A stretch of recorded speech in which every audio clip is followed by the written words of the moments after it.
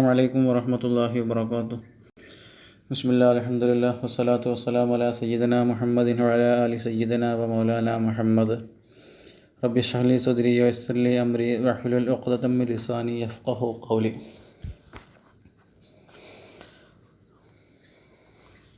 मेरे प्यारे यूसवन वालों को हमारा अकाउंटेंसी क्लास के लिए स्वागत है।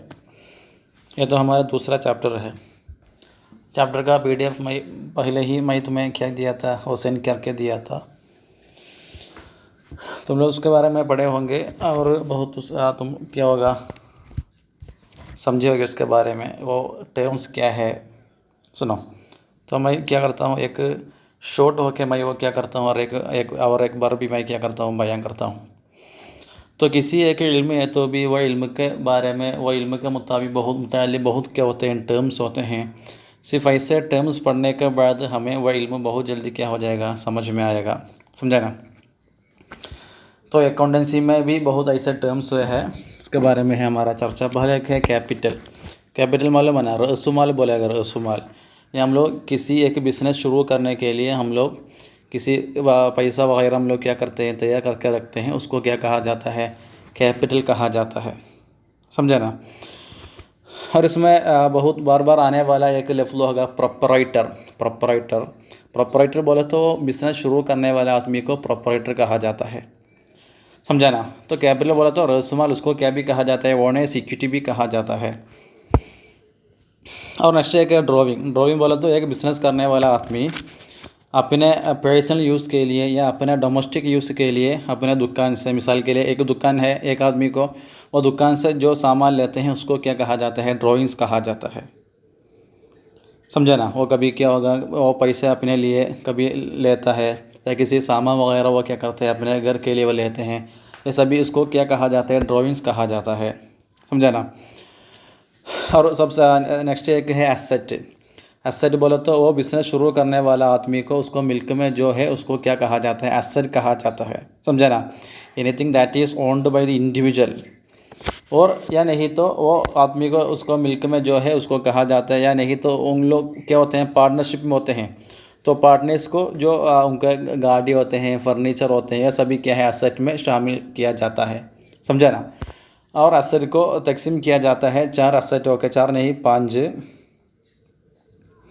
पहले के फिक्सड एसेट, यानी ऐसे चीज़ें भी होते हैं, ऐसे चीज़ें क्या नहीं करते हैं वो आदमी, अक्सर तौर पर सेल नहीं करते हैं, यानी वो हर दिन डेली यूज़ के लिए अपने पास रखने वाला चीज़ें होते हैं, जैसा फर्नीचर होते हैं, कंप्यूटर होते हैं, मशीन्स होते हैं, बिल्डिंग वगैरह होते हैं।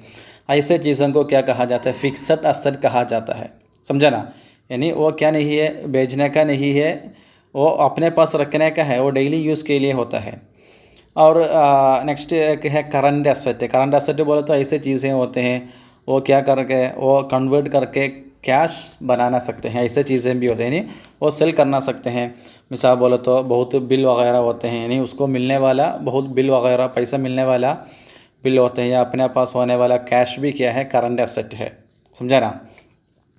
तो सेल करने वाला चीज़ों को करंट, और जो सेल नहीं करते हैं उसको फिक्सड भी कहा जाता है। और नेक्स्ट है टैंगिबल बोले तो ऐसे चीज़ें भी होते हैं, उसको क्या होते हैं, फिजिकल एक्सिस्टेंट वजूद होता है, यानी हमें उसको टच कर सकते हैं, जैसा फर्नीचर, कंप्यूटर, मशीनरी वगैरह। और उसका सीधा ऑपोजिट है इंटैंगिबल तो जैसे चीज़ें भी होते हैं जिसका हमें टच कर नहीं सकते हैं, महसूस नहीं होता है। बोला तो उसका ट्रेडमार्क होते हैं, पेटेंट, ऐसे बहुत चीज़ें होते हैं ना, ट्रेड के मुताबिक ऐसे बहुत चीज़ें होती हैं, ऐसे चीज़ों को इंटैंगिबल भी कहा जाता है। और नेक्स्ट है कि वेस्टिंग एसेट बोले तो ऐसे चीज़ें होते हैं, वो natural resources extracted unconsumed as raw materials. समझा ना। यानी नेचुरल से मिलने वाला ऐसे चीज़ें भी होते हैं, उसको वेस्टिंग एसेट कहा जाता है। यानी उसको क्या करना, इस्तेमाल करना और वेस्ट करना भी क्या है, बराबर है। इस्तेमाल करना क्या है, वेस्ट करना ही है, यानी वेस्ट करके इस्तेमाल करने वाला चीज़ें होते हैं, जैसे माइंस होते हैं और पेट्रोलियम वगैरह, ऑयल वेल्स, ऐसे चीज़ें होती हैं, उसको वेस्टिंग एसेट भी कहा जाता है। समझा ना। तो वो बिज़नेस शुरू करने वाला आदमी को पास, उसको मिल्क में जो है वो पूरा क्या होते हैं, एसेट होते हैं, फिक्सड होगा, करंट होगा, टैंगिबल होगा, इंटैंगिबल होगा, या वेस्टिंग भी होते हैं। समझे ना। और नेक्स्ट एक है लायबिलिटी का असल माना क्या होता है, हम लोग देन बोलते हैं अरबी में, डेब्ट का माना में वह है असल में लायबिलिटी बोले तो। लायबिलिटी यानी एक आदमी दूसरे एक आदमी को जो देने का है वो है लायबिलिटी बोले तो। यानी एक आदमी एक बिज़नेस शुरू करने के लिए अपने पास पैसे नहीं होते हैं तो दूसरों से वो क्या करता है, कर्ज़ में पैसे लेते हैं, वो है लायबिलिटी बोले तो। और लायबिलिटी दो किस्म के होते हैं, एक्सटर्नल भी होते हैं और इंटरनल भी होते हैं। तो एक आदमी बिज़नेस शुरू करता है तो उसके पास पैसा नहीं है तो बाहर लोगों से वो क्या करता है, बाहर से वो पैसे लेते हैं, तो वह क्या है, एक्सटर्नल लायबिलिटी कहा जाता है। और या नहीं तो अपने पैसे लेते हैं, या अपने बहुत बिज़नेस में बहुत पार्टनर्स होते हैं उनका पैसा लेते हैं, ऐसे लेते हैं तो उसको क्या भी कहा जाता है, इंडियन लायबिलिटी भी कहा जाता है। समझा ना। तो एक आदमी बिज़नेस के लिए अपना ही पैसा वो क्या करता है, लेता है, वो भी क्या है कि लायबिलिटी है, उसको इंडियन लायबिलिटी कहा जाता है। तो बाहर लोगों से लेते हैं तो उसको क्या भी कहा जाएगा, एक्सटर्नल लायबिलिटी भी कहा जाता है। समझा ना। और नेक्स्ट एक है रेवेन्यू। रेवेन्यू बोले तो ఇది इनफ्लो ऑफ मनी, यानी एक आदमी क्या करता है, उसको एक बिस्किट बिजनेस है तो वह क्या करते हैं, बाहर लोगों से किसी चीज़ वो क्या करते हैं, इधर लाते हैं। मिसाल के लिए उसको कितना रुपये होता है, 60 रुपये होता है, और 80 रुपये के लिए वो क्या करते हैं, बाहर लोगों को वो मिसाल के लिए अपना बिस्किट वो देते हैं, तो ये उसको मिलने वाला 80 रुपये उसको क्या कहा जाएगा, रेवेन्यू कहा जाता है। समझा ना। यानी 60 रुपये के लिए वो बाहर से बिस्किट लाते हैं और 80 रुपये के लिए वो क्या करते हैं, वो सेल करते हैं, तो ऐसे मिलने वाला 80 रुपये उसको क्या कहा जाता है, रेवेन्यू। यानी उसको टोटल मिलने वाला वो पैसा है रेवेन्यू बोलो तो। और ऐसा फिर एक है एक्सपेंस। एक्सपेंस बोलो तो मिसाल के लिए हम लोग इधर क्या बोला, एक बिस्किट का वो मिसाल बोला ना, तो बिस्किट क्या करने के लिए, लाने के लिए वो क्या कहते हैं, 60 रुपये देते हैं बाहर से लाने के लिए, और उसके लिए उसको क्या होते हैं, ट्रांसपोर्टेशन चार्ज भी होता है, यानी गाड़ी में जाके वो इधर क्या करते हैं, लाने पड़ेगा। तो ये सभी उसको, यानी वो अपना वो जो बिज़नेस करते हैं वो चीज़ क्या करने के लिए, इधर लाने के लिए उसको जो क्या हुआ है, एक्सपेंस हुआ है, इसको क्या कहा जाएगा, एक्सपेंस कहा जाता है। समझा ना। तो वो मिसाल के लिए तो हम लोग क्या बोले थे, वो एक्सपेंस के बारे में है ना। तो एक्सपेंस बोले तो समझे ना, यानी अपने वो मिसाल के लिए इधर बिस्किट लाने के लिए उसको कितना पैसा वो स्पेंड किया है, वो पैसा और उसका ट्रांसपोर्टर चार्ज वगैरह, ऐसा भी मिल के उसको क्या कहा जाता है, एक्सपेंस कहा जाता है। समझा ना।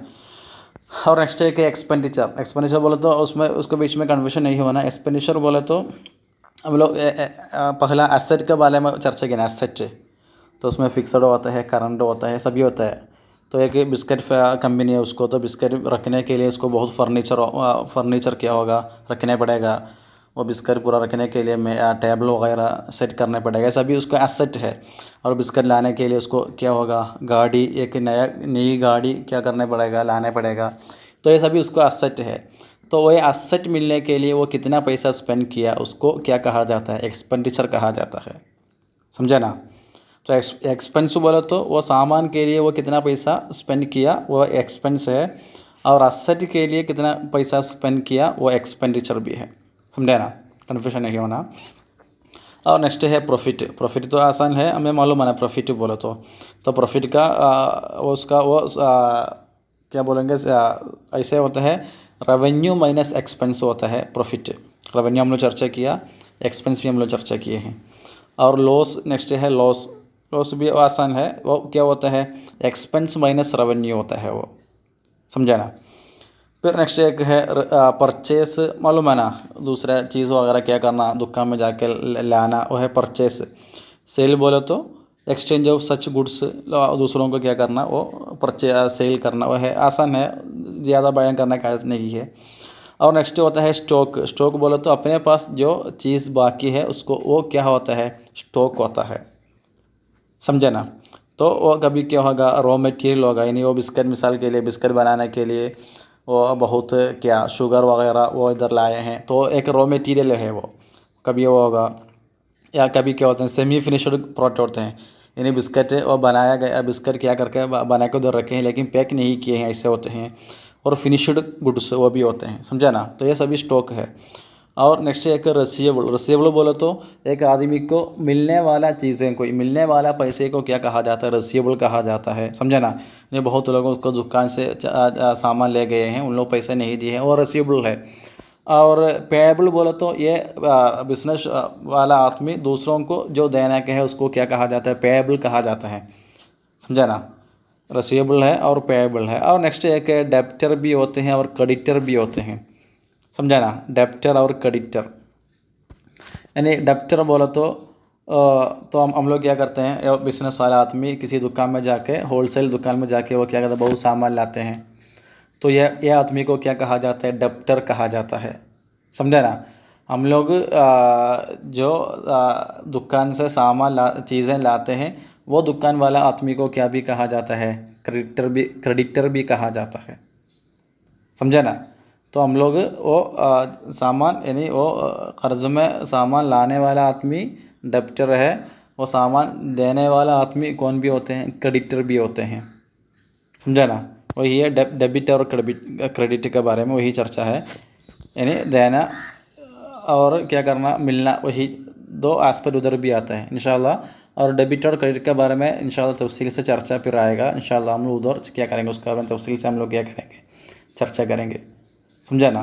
तो क्या है वो अकाउंटेंसी में बार बार आने वाला चीज़ें हैं इंशाल्लाह। उसके बारे में एक क्या बोलेंगे, एक केस स्टडी, ये सभी जल्दी समझने के लिए एक केस स्टडी का इंशाल्लाह एक फ़ोटो भी इंशाल्लाह मैं क्या करूँगा, सेंड करके दूँगा कल। तो ख़त्म करता हूँ। वाखिर दावना रब्बिल आलमीन। अस्सलामु अलैकुम वरहमतुल्लाहि वबरकातुहू।